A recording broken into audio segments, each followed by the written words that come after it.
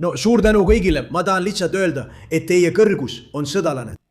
Ta oli seal, võitles ja teeb seda, mida on vaja teha. Ja ta on selle poolest tuntud. Ta on vapper mees, tal on suur riik, see on fantastiline riik. Ja nad on olnud Ameerika Ühendriikidega koos juba väga pikka aega.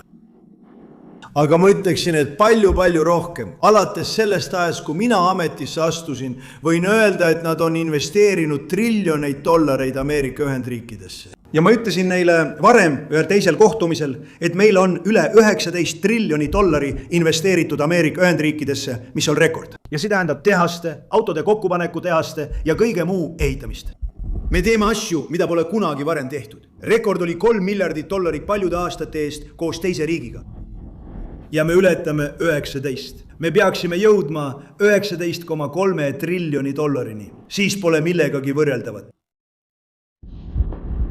Ma ei tea, kas see on võimalik. Ma ei tea, kas sa saad paremini teha. Aga ma tahan lihtsalt öelda, et suhe on olnud erakordne. Ta on väga austatud mees. Kõik austavad teda ja austavad tema riiki. Ja see on au olla koos sinuga. Ja me just allkirjastasime lepingu Iraaniga. See riik oli väga võimas liitlane. Ja head asjad juhtuvad. Laevad hakkavad nüüd liikuma, me avame kõik täielikult, hiljemalt reedeks, laevad hakkavad hästi liikuma, nafta hakkab välja minema. Hinnad langevad kiiresti, aktsiaturg tõuseb kiiresti, palju häid asju juhtub. Ja mis kõige tähtsam, Iraan ei saa tuumarelva, nii ma sellesse kaasatud saingi. Me ei saa lasta sellel juhtuda, seega nad ei saa tuumarelva. Ja lisaks sellele sooviksin paluda teie kõrgust öelda mõned sõnad. Ja kui soovite, vastame mõnele küsimusele. Palun. See on tõesti suur rõõm, austatud härra president, olla täna siin koos teiega ja tahaksin rõhutada, et me oleme väga tänulikud, et olete siin meiega ja Ameerika Ühendriikide presidendina. Soovin südamest tänada teid teie pideva toetuse eest, teie pühendumise eest oma sõpradele ja kõigile oma liitlastele ning avaldan erilise tänu teie olulise toetuse eest 6-nädalase sõja ajal. See tähendab meie jaoks väga palju. Ja te olete meile näidanud, kes on tõeline liitlane. Ja ilma teie pideva toetuse ja pühendumiseta, austatud härra president, ei oleks mitte ainult minu riik, vaid kogu Lähis-Ida täna hoopis teistsuguses ja ebakindlas olukorras. Seega on tõesti hea meel teid täna näha, härra president, ja aitäh, et pühendusite meile oma aega. Ja on palju asju, millest saame rääkida, et edasi liikuda. Meie kahe riigi vahel, kuidas saaksime oma suhteid veelgi paremaks muuta. Mulle meeldib see väga. Aitäh, mu sõber. Näed, kui sa oled nii rikas, siis võidki nii kaua rääkida. Ma lihtsalt mõtlesin, kas keegi üldse kuuleb seda. Kui sa oled nii rikas, siis sul on nii palju enesekindlust, et sa ei pea isegi häält tõstma. Ta on suurepärane. Kas teil on küsimusi? Mida peaksime ootama diplomaatiliste läbirääkimiste teisest voorust? Ma arvan, see toimub enam-vähem õigel ajal. Meie mõlemad oleme olnud seotud sellega. Ma arvan, et nad tahavad selle lõpetada. Iraan tahab selle lõpetada. Nad peavad äri juurde tagasi pöörduma. Ja nüüd on suhted normaliseerunud. Nii et ma arvan, et see juhtub üsna kiiresti. See võib olla kiire, see võib ka kauem aega võtta, aga võib olla kiire. Dokumendi teksti vastu on nii suur huvi, miks mitte avalikustada vestlust. Ma teen seda. Ja enne seda, ma eelistaksin, et meil oleks ametlik õhkkond enne alustamist. Aga mul pole sellega mingit probleemi. See on suurepärane dokument. Siin see on. Mida see ütleb? Iraanil ei saa kunagi olema tuumarelva. Seda see ütlebki. Neil ei saa olla ühtegi, mida osta või arendada. Neil ei saa olema tuumarelva. Ja ma ütleksin, et see on umbes 99,9% sellest, mida ma tahtsin. Sest me ei saanud lasta sellel juhtuda. Me ei saanud lasta sellel juhtuda. Neil ei saa olema tuumarelva. Nüüd, lisaks sellele jääb väin avatuks ilma teemaksuta. Ja see jääb teemaksuvabaks ka pärast 60 päeva möödumist. Eks ole? Keegi ütles, et see on 6 kuuks teemaksuvaba. Ei, see on teemaksuvaba. Punkt. Kui see jäädavalt avatakse, on see teemaksuvaba. Soovin õnnikleda meie mereväge, sest mereblokaad oli uskumatu. Aga tegelikult ma mitte ainult ei avalda seda, vaid tõenäoliselt teen ka pressikonverentsi ja loen selle teile sõna-sõnalt ette, et ajakirjandus kajastaks seda täpselt. Sest see on väga tähtis dokument.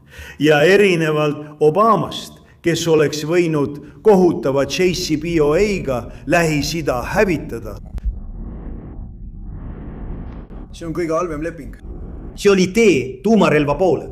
Minu oma on aga tõke tuumarelva vastu. Ma näen inimesi ütlemas, meil juba oli see. Tema maksis varanduse, aga meie ei maksnud midagi. Oli avaldus, et me kulutame $300 miljardit. Ei, me ei kavatse seda teha. Meil on luba siseneda ja investeerida, kui me kunagi tulevikus tahame. Meil ei ole mingit kohustust, absoluutselt mitte ühtegi. Võib juhtuda, et Iraanil läheb lõpuks hästi, kui neil on nafta olemas. Aga kui me oleksime lahkunud nädal tagasi, enne 2 viimast rünnakut, oleks Iraani ülesehitamiseks kulunud 20 aastat. Aga ma vaatan selle dokumendi üle koos peavoolumeediaga juba mõne päeva pärast. President, nädalate kaupa olete soovinud, et teised riigid liituksid Abrahami lepetega nagu Emiraadid. Kas selle kohta on olnud mingeid vestlusi Araabia juhtidega? Millest? Kas Abrahami lepetest on või ei ole? Mul oleks väga hea meel, kui nad ühineksid. See on väga edumeelne mees. Ta oli üks esimesi, kes liitus ja sai nendega väga hästi hakkama kogu protsessi ja Abrahami kokkulepetega. Ei, on küll. Ma arvan, et see peaks juhtuma. Suur takistus Abrahami kokkulepetele. Meil on oma algsed riigid, väga targad riigid, iga üks neist. Sa saad aru, et isegi selle konflikti ajal ei andnud keegi alla. Keegi ei öelnud, kuule, ma annan alla. Mitte keegi. Ma arvan, et kõik nad liituvad, Abrahami lepetega. Ainus konflikt oli koht nimega Iraan. Ja ma saan sellest aru, tead. On natuke raske, kui inimesed kartsid Iraani. Nii et, aga ma arvan, et nad kõik hakkavad ilmuma. Hea küsimus, tegelikult. President... Mida te ütlete vabariiklastele nagu senaator Lindsey Graham, kes on MOU suhtes skeptiline? Et Lindsey on skeptiline. Jah, oota. Lindsey, tal saab olema probleeme. Lindsey on hea. Lindsey on korras. Ta ei ole skeptiline. Tal läheb suurepäraselt. Vaata, see leping katab midagi väga hästi. Meie ei maksa millegi eest. Meie ei tee midagi. Tuurud on nüüd kõrgemal kui siis, kui alustasime. Pidevi seda meeles. Aktsiaturg on 2500 punkti või rohkem. Kõrgemal kui siis, kui meie. Jah, see on tõesti muljet avaldav. On küll. See kokkulepe käib ühe asja kohta, et Iraanil ei oleks kunagi tuumarelva. Mitte kunagi, mitte mingil juhul. Ülejäänu on ebaoluline, ausalt öeldes. Graham ütles veel, et võimalik kokkulepe Iraaniga tuleks saata kongressile ülevaatamiseks. Kas te teeksite seda? Ma pole sellele kunagi mõelnud, aga teeksin seda. Mul poleks selle vastu midagi. Ma mõtlen, demokraadid, me kutsume neid demokraatideks, sest nad on rumalad inimesed. Demokraadid on. Mida ma tahaksin teha, on saata kongressile sõnum, et te ei peaks seda heaks kiitma. Ja ma saan selle heaks kiidetud, sest nad teevad kõike, mida ma ütlen, nad tahavad teha vastupidist. See ei tööta nende jaoks eriti hästi muide. Aga jah, ma teeksin seda. Ma pole sellele kunagi mõelnud, aga ma teen seda. Saadan selle kongressile. Mulle meeldib see mõte. Sa oled üksi, õnne. Ma mõtlen, kes ei kiidaks seda heaks. Läheme, laseme neil saada tuumarelva. Nad ütlevad, nad peaksid saama tuumarelva. Nad lähevad hulluks. Mulle meeldis see mõte, saatsin selle kongressile. Õige. Härra president, kas teil on teavitatud rünnakuplaanidest Valges Majas toimuva UFC ürituse vastu? Jah, FBI nurjas rünnaku. Ma ei ole sellest kuulnud, ei. Aga ma vaatasin, ainus rünnak, mida ma nägin, tuli võitlejatelt.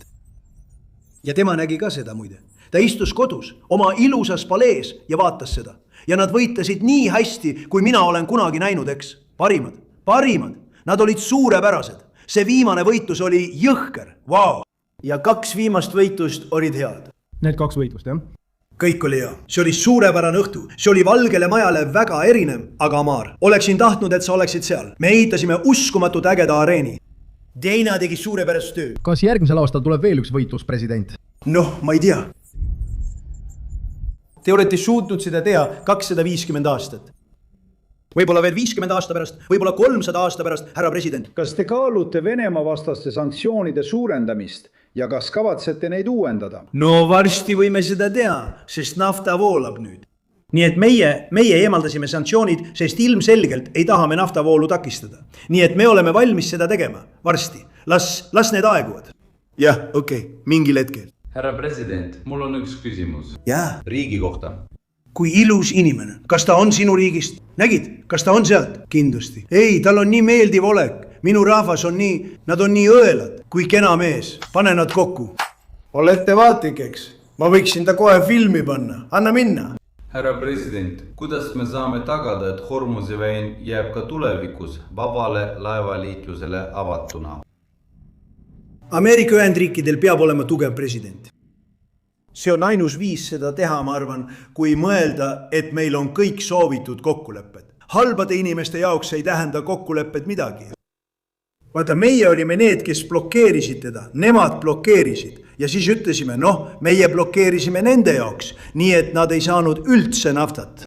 Sul peab olema, ja see kehtib paljude asjade kohta, kui sul on tugev president Ameerika Ühendriikides. Palju häid asju hakkab juhtuma, tead. Sa tead seda paremini kui keegi teine, eks? Kindlasti. Sa tead seda paremini kui keegi teine. Kas saaksid rääkida rikastatud uraani plaanist mäel? Me teame, lähme. Iraan ütles, et nad oleksid USA-ga nõus, kui täpsed nad olid. Iraaniga saab kõik korda. Mis toimub, on see, et õigel ajal pole mingit kiiret. Meil on kosmosest kaamerad, mis jälgivad olukorda. Me teame kõiki, kes sinna lähevad ja neid pole praktiliselt üldse. B2 pommitajad tabasid seda kohta. Kogu mägi varises seespoolt kokku. See on raske kaebetöö. Keegi teine ei suuda seda teha peale meie ja tõenäoliselt Hiina. Mõlemal on meil vajalik varustus. Meil ei õnnestu veel. Kiirustame, aga saame hakkama. Ja kui saame, siis hävitame. See on osa plaanist. Me ei taha seda endale saada, me tahame selle hävitada. Meil on seda küllalt. Mis toob teid kahekesi homme õhtul Prantsusmaal Versaillesse õhtusöögile?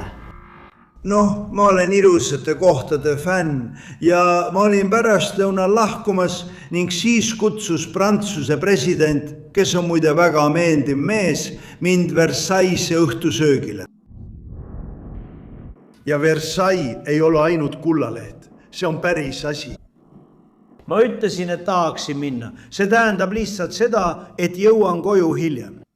Tegelikult varahommikul ja ma ei maga nagu nii eriti palju. Ma olen ovaalkabinetis. Ma ei raiska seal aega. Nii et ma pean seda ütlema. Meie riigil läheb väga hästi. Meil läheb riigina paremini kui kunagi varem. Börs on tõusuteel. Meie pensionifondid on rekordtasemel. Tõusnud 25% ja meil läheb väga hästi. Ja nüüd näete hindade langust. Kui ma ametisse astusin, olid hinnad väga kõrged. Meil oli ajaloo halvim inflatsioon. Hinnad tõusid, munad ja peekon olid kallid. Kõik oli kallis. Ja esimene küsimus, mida mul küsiti oli, aga kuidas on lood taskukohasusega? Andsin pressikonverentsi päev pärast ametisse astumist ja need inimesed küsisid, aga kuidas on lood taskukohasusega? Ma ütlesin, mina ei põhjustanud seda, aga ma tegelen sellega, et hinnad langeksid. Ja nüüd, kui kütuse hind on kõvasti langenud, nagu sa eile nägid, langes see $6-7. Kui kütuse hind langeb kõik muu ka.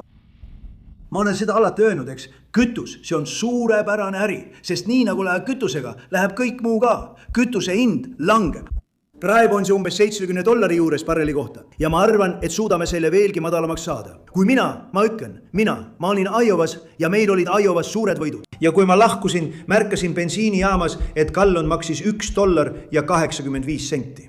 Seal me olimegi. Tavaliselt on see veidi kallim, aga ma nägin 2 tanklat, kus oli hind $1.85. Oli ka $1.90. Ja teate, me jõuame nendele tasemetele. Seega olen väga tänulik, suur aitäh kõigile. Sa oled väga hea. Väga hea.